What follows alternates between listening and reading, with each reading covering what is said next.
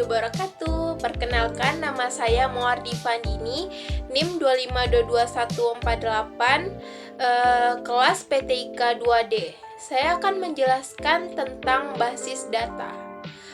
Di dalam basis data tuh ada 4 materi. Yang pertama yaitu konsep dasar basis data, yang kedua basis data relasional, yang ketiga siklus hidup perancangan basis data, yang keempat adalah pemodelan data. Nah, yang pertama saya akan menjelaskan tentang konsep basis data. Jadi, basis data itu terdiri dari 2 kata, yaitu basis dan data. Basis itu dapat diartikan sebagai gudang atau markas, sedangkan data itu adalah representasi dari dunia nyata yang mewakili suatu objek yang disimpan dalam bentuk huruf, angka, simbol, bunyi, ataupun gambar. Jadi contoh data itu yang sering kita lihat sehari-hari yaitu nama, prodi, NIM, alamat. Nah, itu tuh sebuah data. Contoh lainnya tuh ada di sebuah buku.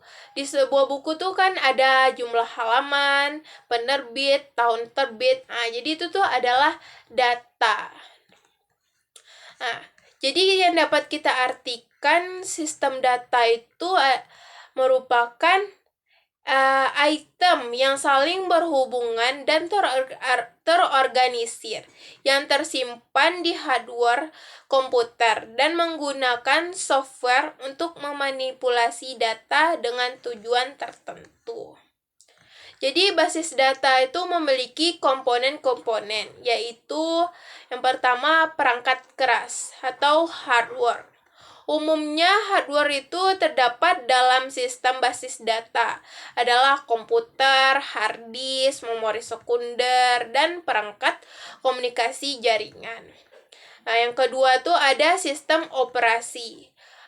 Sistem operasi itu adalah program yang dirancang untuk mengaktifkan sistem komputer dan mengendalikan seluruh sumber daya yang ada di dalamnya. Contohnya yaitu Windows, Unix, Linux, iOS, dan Android. Nah, komponen yang ketiga yaitu basis data itu sendiri. Basis data itu adalah sekumpulan data yang terorganisir dengan baik sehingga data mudah disimpan, diakses, dan dimanipulasi. Nah, komponen yang keempat yaitu Database Management System atau DBMS. Ini adalah program aplikasi khusus yang dirancang untuk mengelola database yang tersedia. Sistem ini berisi koleksi data dan set program yang digunakan untuk mengakses database. DBMS ini software yang berperan untuk mengelola, menyimpan, mengambil data. Mekanisme DBMS ini sebagai pelengkap pengamanan data dan penggunaan data secara bersama-sama. Contoh DBMS itu yaitu Microsoft Access, MySQL, yaitu Oracle. Komponen selanjutnya itu pemakai atau user. User itu adalah salah satu komponen database yang berinteraksi secara langsung dengan database dan memanipulasi data dalam program yang ditulis dalam bahasa pemrograman. Komponen selanjutnya yaitu aplikasi atau perangkat lain. Aplikasi ini tergantung pada kebutuhan pemakaian basis data. Bisa dibuat program khusus untuk melakukan pengisian atau perubahan atau pengambilan data yang mudah dalam pemakaiannya. Program tersebut ada yang tersedia langsung dalam DBMS atau dibuat menggunakan bahasa pemrogramannya. Contohnya itu Visual Basic, Python, atau Java. Nah, yang selanjutnya itu ada tujuan basis data. Yang pertama yaitu Tujuan basis data adalah mengatur data agar diperoleh kemudahan, ketepatan, dan kecepatan dalam pengambilan kembali. Yang kedua, tidak ada duplikasi data, supaya tidak ada data yang terganda, sehingga konsistensi data mudah dijaga. Yang ketiga, data terintegrasi atau data terkumpul di database. Yang keempat, data tidak tergantung pada program aplikasi sehingga aplikasi mudah dipakai. Yang kelima, dapat diterapkannya standarisasi. Yang keenam, informasi selalu mutakhir atau up to date. Yang selanjutnya, menyediakan struktur informasi yang alami dan mudah dipahami. Selanjutnya itu, basis data memiliki manfaat. Apa saja manfaat basis data? Nah, inilah yang saya sebutin ya. Yang pertama itu kecepatan dan kemudahan atau speed. Kecepatan dan kemudahan itu agar pengguna basis data bisa menyimpan basis data secara cepat, melakukan kemudahan memanipulasi data, mengganti nama, tanggal lahir. Kecepatan ini maksudnya menampilkan kembali data dengan lebih cepat dan mudah dibandingkan cara biasa atau manual. Dan selanjutnya, kebersamaan pemakaian. Pemakaian basis data itu tidak terbatas. Pengisian data dapat dilakukan oleh beberapa orang dalam satu lokasi. Yang ketiga yaitu pemusatan kontrol data. Data yang ada tuh menjadi terpusat pada satu tempat penyimpanan sehingga kita dapat mengaksesnya kapan saja. Yang keempat yaitu efisiensi ruang penyimpanan. Tidak adanya redundasi data sehingga efisiensi atau optimalisasi penggunaan ruang penyimpanan dapat dilakukan. Yang kelima yaitu keakuratan. Keakuratan itu pemanfaatan pengkodean dengan batasan tertentu yang membuat satu data menjadi unik dan berbeda dengan yang lain, sehingga ketika menyimpan data tidak akan ada data yang sama dalam penyimpanan. Satu, ketersediaan. Ketersediaan ini karena kepentingan pemakaian data. Sebuah basis data dapat memiliki data yang disebar di banyak lokasi dengan pemanfaatan teknologi jaringan komputer.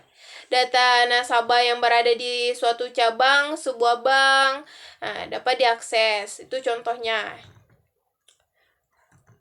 Yang ketujuh yaitu kelengkapan.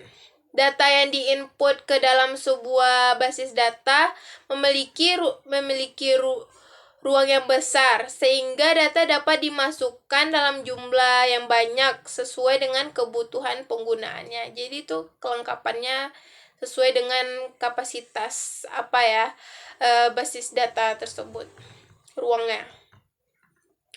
Jadi yang ke-8 yaitu keamanan. Adanya password setiap pemakaian basis data. Nah, keamanan itu menggunakan password, kayak pakai pin jari, pakai muka kita sebagai keamanannya. Biar kita aja yang bisa mengakses basis data tersebut. Kita harus mengamankan basis data kita kalau basis data kita itu perlu. Dan keamanan itu harus teruji klinik. Sabtu yang ke-9, kemudahan dalam pembuatan program aplikasi baru. Data yang disimpan di dalam program aplikasi lain itu dapat terjamin terjaganya dan terpeliharanya data tersebut. Yang ke-10 itu user view. Pemakaian dapat melihat langsung bentuk tampilan penginputan data, sehingga memudahkan pemakaian dalam pengelola data. Selanjutnya saya akan menjelaskan tentang DBMS, Database Management System. Apa sih DBMS itu? Nah, di sini saya akan menjelaskan DBMS, Database Management System. Database Management System itu adalah basis data dan set perangkat lunak atau software. Nah, untuk mengelola basis data, DBMS ini nih adalah suatu program komputer yang digunakan untuk memasukkan, mengubah, menghapus, memanipulasi, dan memperoleh data, informasi dengan praktis dan efisien. Perbedaan basis data dengan DBMS.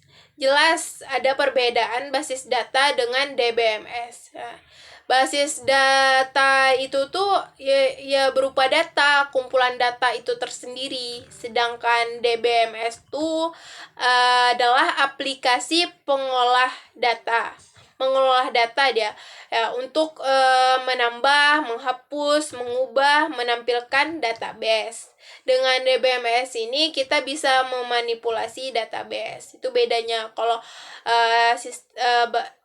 basis data itu ya berupa datanya aja. Kalau DBMS itu aplikasi pengolahan data tersebut. Nah, selanjutnya itu komponen DBMS. Komponen DBMS itu yaitu hardware, perangkat keras. Perangkat keras tuh yang digunakan itu tergantung dengan kebutuhan sistem dan kegunaan DBMS itu tersendiri. Nah, yang kedua yaitu software.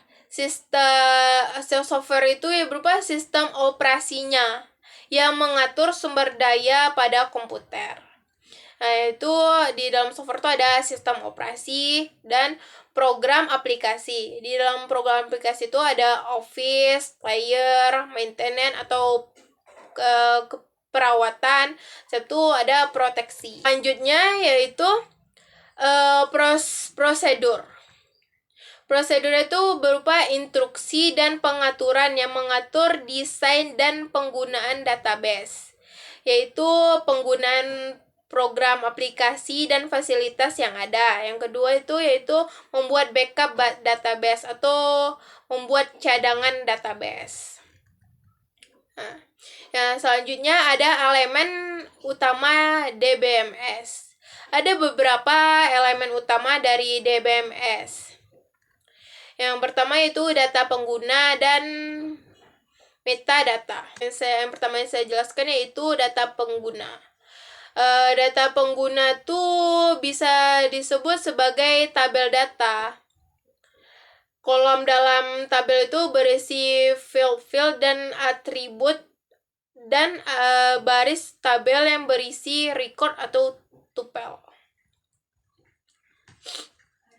Yang kedua yaitu metadata. Metadata itu bisa disebut sebagai sistem tabel. Tabel sistem ini berisi daftar tabel-tabel dalam suatu database dan tabel yang berisi kolom-kolom pada suatu tabel. Selanjutnya itu ada indeks. Indeks itu digunakan untuk meningkatkan kinerja dan akses suatu database. Dan selanjutnya yaitu aplikasi metadata. Aplikasi metadata ini digunakan untuk menyimpan struktur dan format dari user form, report, query, dan komponen-komponen aplikasi lainnya. Jadi pemilihan database ditentukan oleh beberapa faktor, yaitu faktor teknis, faktor ekonomi, dan faktor politik organisasi.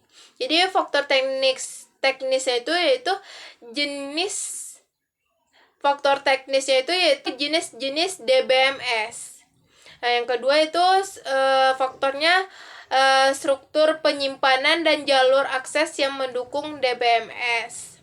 Yang ketiga yaitu sistem antarmuka dan programmer. Yang keempat yaitu tipe bahasa query. Itu ada faktor ekonominya. Faktor ekonominya itu berupa biaya penyediaan perangkat lunak, biaya pemeliharaan, biaya penyediaan perangkat keras, gitu, biaya konversi dan pembuatan database. Selanjutnya yaitu pengoperasian arsitektur basis data yang digunakan menggunakan format paket bahasa, yaitu DDL dan DML. Nah, DDL itu adalah data definition language. DDL itu merupakan suatu paket bahasa DBMS yang berguna untuk melakukan spesifikasi terhadap skema basis data. Nah, yang kedua ada DML, Data Manipulation Language. Itu merupakan data yang memperolehkan pemakaian untuk pengaksesan atau memanipulasi data sebagai yang telah diorganisasikan sebelumnya dalam model data yang tepat. Dengan DML nih, kita akan dapat mengambil informasi yang tersimpan dalam basis data dan menyisipkan informasi baru dalam basis data dan menghapus informasi dari tabel. Nah, itu terdapat dua tipe DML, yaitu prosedural dan non-prosedural. Prosedural DML itu membutuhkan pemakaian untuk menspesifikasikan data apa yang dibutuhkan dan bagaimana cara mendapatkannya. Sedangkan non-prosedural itu membutuhkan pemakaian untuk menspesifikasi data apa yang dibutuhkan tanpa harus tahu bagaimana cara mendapatkannya. Jadi bedanya itu prosedural tuh bagaimana cara mendapatkannya, sedangkan non prosedural tuh tanpa harus tahu bagaimana cara mendapatkannya. Dalam bahasa query dikenal juga dengan DCL, Data Control Language, yang merupakan bahasa pengendali data yang digunakan untuk melakukan otorisasi terhadap pengaksesan data dan pengalokasian ruang. Sebtu ketiga perintah bahasa tadi itu DDL, DML, dan DCL itu saat ini telah dibentuk menjadi paket bahasa yang disebut sebagai SQL atau Structure Query Language. Selanjutnya ada tipe-tipe file DBMS. Tipe-tipe file yang digunakan dalam DBMS itu yaitu yang pertama file induk atau master file. File induk tuh terdiri dari dua, yaitu file induk acuan dan file induk dinamik. File induk acuan tuh yaitu file induk yang di recordnya relatif statis, jarang berubah nilainya. Kalau file induk dinamis tuh file induk yang di recordnya tuh sering berubah atau sering di update, di up to date dengan hasil dari suatu transaksi. Contoh file induk acuan tuh seperti file daftar gaji, file mata kuliah, itu kan jarang berubah nilainya. Sedangkan file induk dinamik tuh contohnya tuh seperti file induk data barang. Kan kalau barang tuh kan sering berubah-ubah apanya kan barang-barangnya gitu. Nah, makanya itu record itu sering berubah atau sering di up to date. Nah, makanya contohnya itu file induk data barang. Yang kedua ada file transaksi. File transaksi ini digunakan untuk merekam data hasil dari transaksi yang terjadi. Misalnya file penjualan yang berisi data hasil transaksi penjualan. Yang ketiga ada file laporan. File laporan ini bisa disebut juga sebagai output file. Sedangkan file transaksi itu disebut file input. Sedangkan file laporan itu output file. Yaitu file yang berisi informasi yang akan ditampilkan. Yang selanjutnya itu file sejarah, yang biasa disebut sebagai file arsip. Merupakan file yang berisi data masa lalu yang sudah tidak aktif lagi, tetapi masih disimpan sebagai arsip. Yang selanjutnya file pelindung. Yang itu merupakan salinan dari file-file yang masih aktif di dalam database pada suatu saat tertentu. File ini digunakan sebagai pelindung atau cadangan bila file database yang aktif mengalami kerusakan atau hilang. Makanya perlulah file pelindung, yaitu berupa salinan-salinan file. Materi kedua yaitu basis data relasional.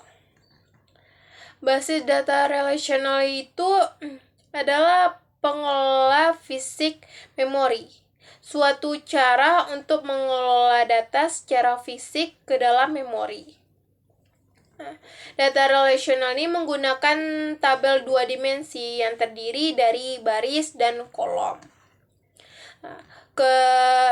Basis data relasional ini memiliki keunggulan, yaitu bentuknya sederhana dan mudah untuk melakukan berbagai operasi data.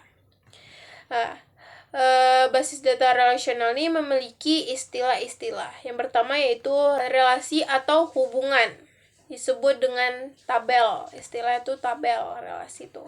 Satu atribut, yaitu kolom. Kalau tuple, baris. Domain tuh kumpulan nilai yang valid untuk satu atau lebih atribut. Yang kelima tuh derajat. Derajat tuh jumlah atribut dalam sebuah relasi atau disebut agree.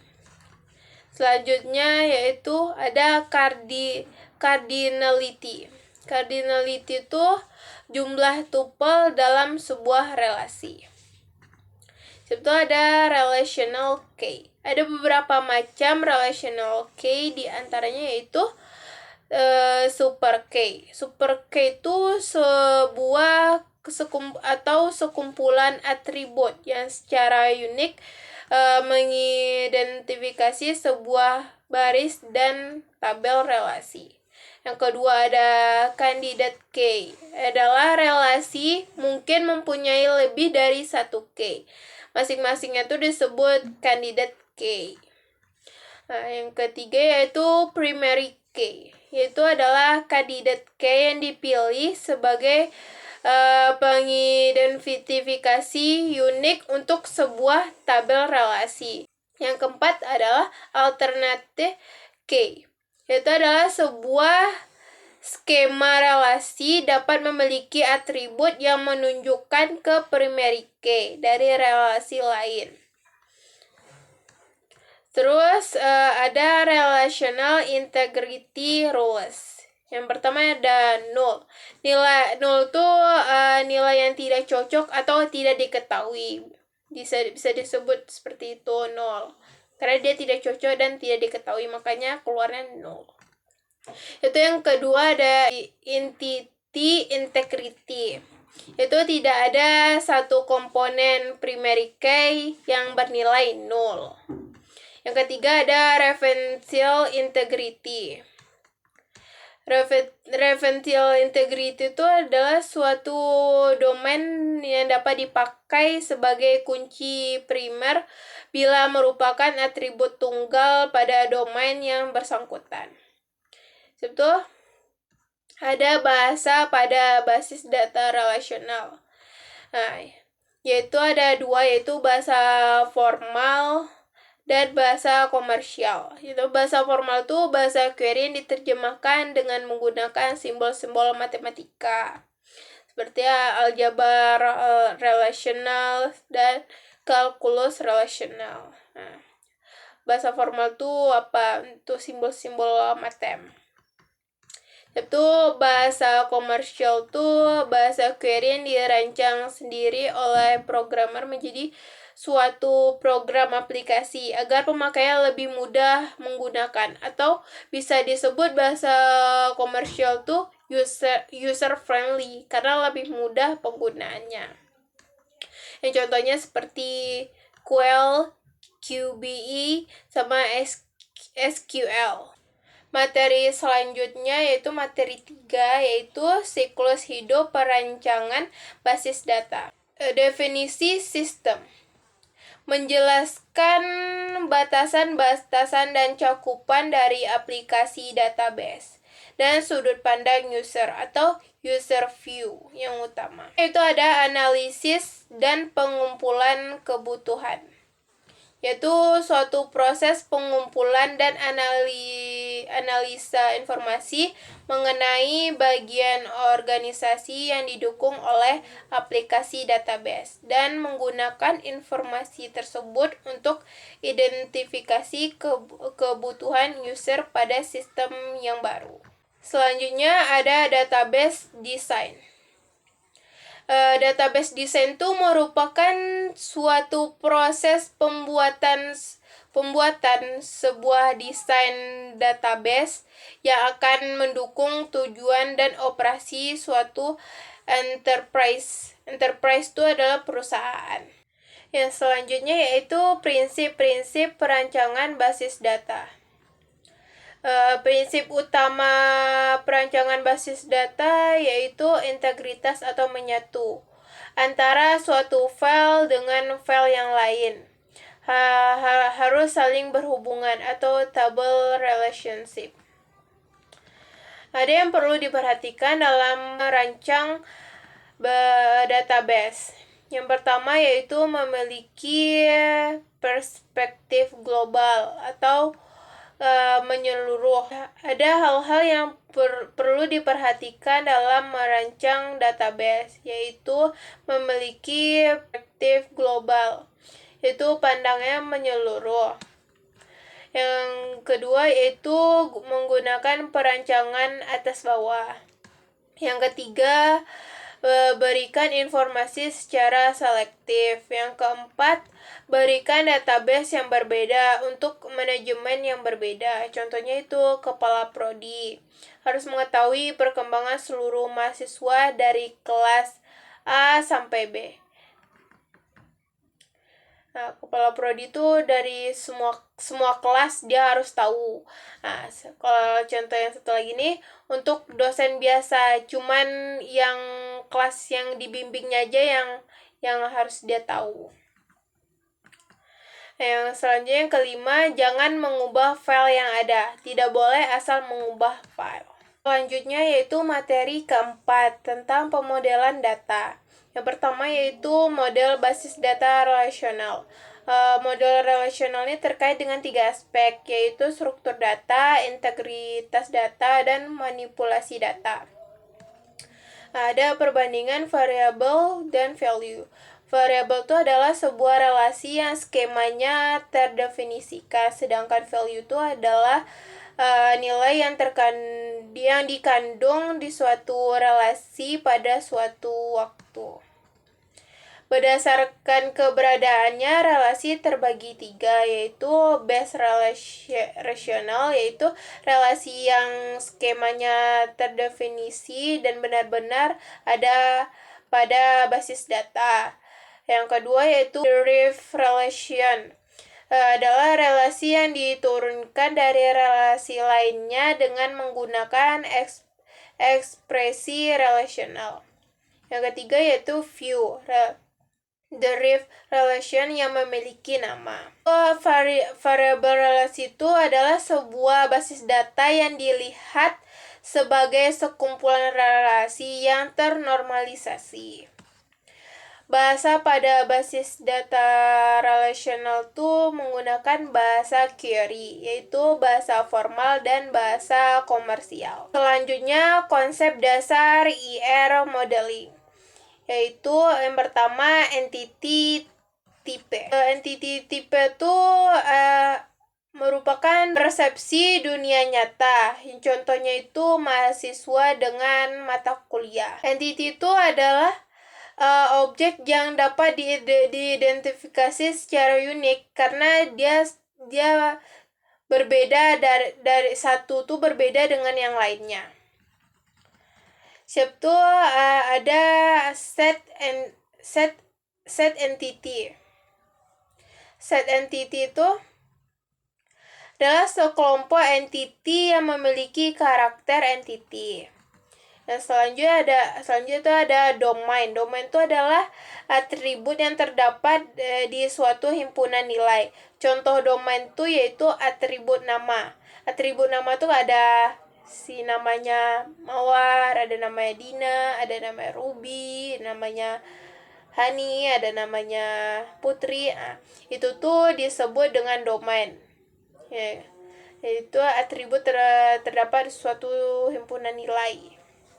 Nah, nilainya tuh itu si Rahma, si Mawar, si Dina, itu nilainya. Yang atributnya tuh nama. Satu contoh lainnya tuh atribut name.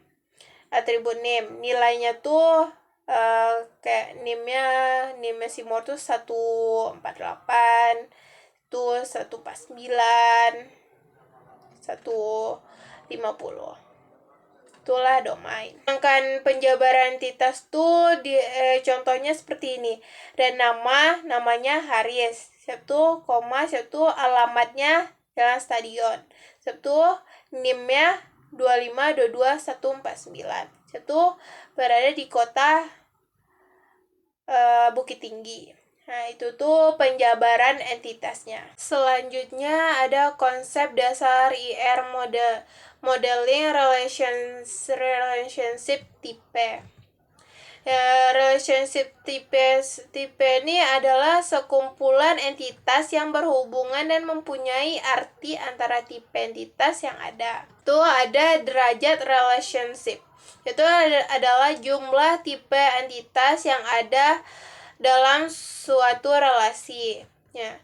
Derajat relationship itu terdiri dari yang pertama yaitu binary relationship set, adalah tuh relasi antara dua entitas. Contohnya itu mahasiswa yang ngambil mata kuliah.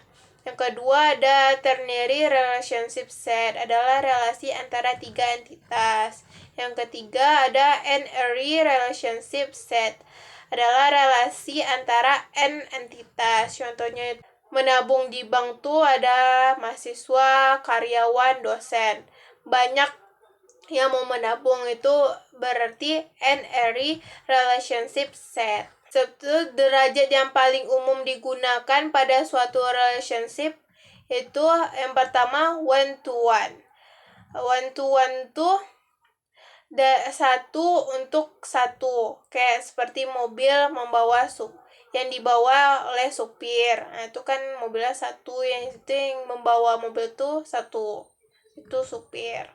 Itu yang kedua ada one to many, satu untuk banyak, seperti pelanggan membeli barang. Pelanggan itu kan satu, dia membeli barang banyak barang seperti minyak, beras, tepung. Nah, jadi itu one to many. Kalau yang ketiga yaitu many to many. Many to many itu banyak untuk banyak. Itu contohnya surat kabar memuat berita. Surat kabar itu kan ada banyak, ada surat kabar Pos Tinggi, Riau Pos, ada banyak surat kabar itu memuat berita. Beritanya pun banyak, seperti berita olahraga, berita artis, berita penculikan. Jadi itu many to many. Selanjutnya ada langkah-langkah teknis yang dapat dilakukan untuk membuat perancangan diagram entity relationship. Yang pertama yaitu mengidentifikasi dan menetapkan seluruh himpunan entitas yang akan dilihat. Yang kedua yaitu menentukan atribut-atribut key dari masing-masing himpunan entitas. Yang ketiga yaitu mengidentifikasi dan menetapkan seluruh himpunan relasi di antara himpunan entitas yang ada. Yang keempat yaitu menentukan derajat atau kardinalitas untuk setiap himpunan relasi. Yang kelima itu melengkapi himpunan entitas dan himpunan relasi dengan atribut-atribut deskriptif atau non-key. Sekianlah yang bisa saya jelaskan dari basis data. Sekian, terima kasih. Assalamualaikum warahmatullahi wabarakatuh.